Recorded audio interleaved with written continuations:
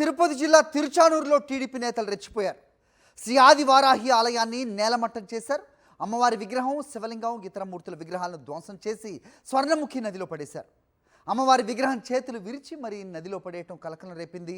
మరి వారాహి మాతకు వీర భక్తుడిని చెప్పుకున్న పవనానంద స్వామి ఈ ఘటనపై స్పందిస్తారా లేదా చూడాలి. వారాహి మాత ఆలయం ధ్వంసంపై సాక్షి స్టోరీ ఒకసారి చూద్దాం. తిరుచానూరులో స్వర్ణముఖి నది ఒడ్డున శ్రీ వారాహి అమ్మవారి ఆలయం ఉంది. ఇక్కడ కొన్నేళ్లుగా మహారుద్ర వారాహి స్వామి ఆధ్వర్యంలో అమ్మవారికి నిత్యం కైంకర్యాలు నిర్వహిస్తున్నారు. కాగా ఆలయంలో ఉన్న భూమి తమదేనంటూ తిరుచానూరుకు చెందిన మణిరెడ్డి, రామిరెడ్డి కోర్టును ఆశ్రయించారు. ఆలయ నిర్వాహకులు సైతం కోర్టును ఆశ్రయించడంతో కేసు నడుస్తోంది. ఈ నెల 9వ తేదీన రామిరెడ్డి, మణిరెడ్డితో పాటు సుమారు 30 మంది గుర్తు తెలియని వ్యక్తులు మారణాయుధాలతో ఆలయ నిర్వాహకులపై దాడికి తెగబడ్డారు. అడ్డొచ్చిన మహిళలపై దౌర్జన్యం చేసి ఆలయాన్ని పాక్షికంగా ధ్వంసం చేశారు. దీంతో బాధితులు తిరుచానూరు పోలీసులకు ఫిర్యాదు చేయగా నామమాత్రపు కేసులు కట్టి చేతులు దులుపుకున్నారు. దాడికి పాల్పడిన వారు టీడీపీకి అనుకూలం కావడంతో వారిపై చర్యలు తీసుకునేందుకు పోలీసులు వెనుకాడారని బాధితులు ఆరోపించారు. 9వ తేదీ ఉదయం 8 గంటలకు రామిరెడ్డి, మణిరెడ్డి, వారి కుటుంబ సభ్యులు మరియు వాళ్ళ అనుచరులు, నాకు తెలియదు, వాళ్ళు దాదాపు 30 మంది గుంపుగా వచ్చి నా మీద దాడి చేసి పదునైన ఆయుధాలతో నన్ను బెదిరించడం జరిగింది.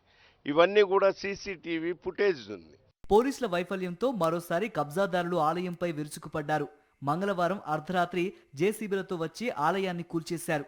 ఆపై ఆలయంలోని మూల విరాట్ శ్రీ వారాహి అమ్మవారి విగ్రహంతో పాటు శివలింగం, ఇతర దేవతామూర్తుల విగ్రహాల చేతులు, తలలు నరికేశారు. ఆపై విగ్రహాలను తీసుకెళ్లి స్వర్ణముఖి నదిలో పడేశారు. అక్కడ ఆలయ ఆనవాళ్లు పూర్తిగా తుడిచిపెట్టేశారు. సమాచారం అందుకున్న హిందూ సంఘాలు, జై బజరంగ్ దళ్ కార్యకర్తలు ఘటనా స్థలానికి చేరుకుని స్వర్ణముఖి నదిలో పడేసిన విగ్రహాలను జేసీబీ సాయంతో వెలికితీశారు. అప్పటికే విగ్రహాలు పగిలిపోవడంతో హిందూ సంఘాలు మండిపడ్డాయి. హిందూ సంఘాలు, ఆలయ నిర్వాహకులు తిరుచానూరు పోలీస్ స్టేషన్ సమీపంలో విరిగిన విగ్రహాలతో నిరసనకు దిగారు. పోలీసులు వారిని బలవంతంగా ఈడ్చుకుంటూ పోలీస్ స్టేషన్కు తరలించారు. గుడిని సమూలంగా ఒక ఫ్లాట్ని ఏ విధంగా అమ్మడానికి క్లీన్ చేసుకుంటారు, ఇల్లు కట్టడానికి, ఆ విధంగా గుడి ఆనవాళ్ళు లేకుండా మొత్తం, అంటే ఎంతమంది పనిచేసిండాలా, ఎన్ని జేసీబీలు వచ్చి ఉండాలా, గుడి ఆనవాళ్ళే లేకుండా మొత్తం తీసుకెళ్లి కాలువలు వేసేశారు.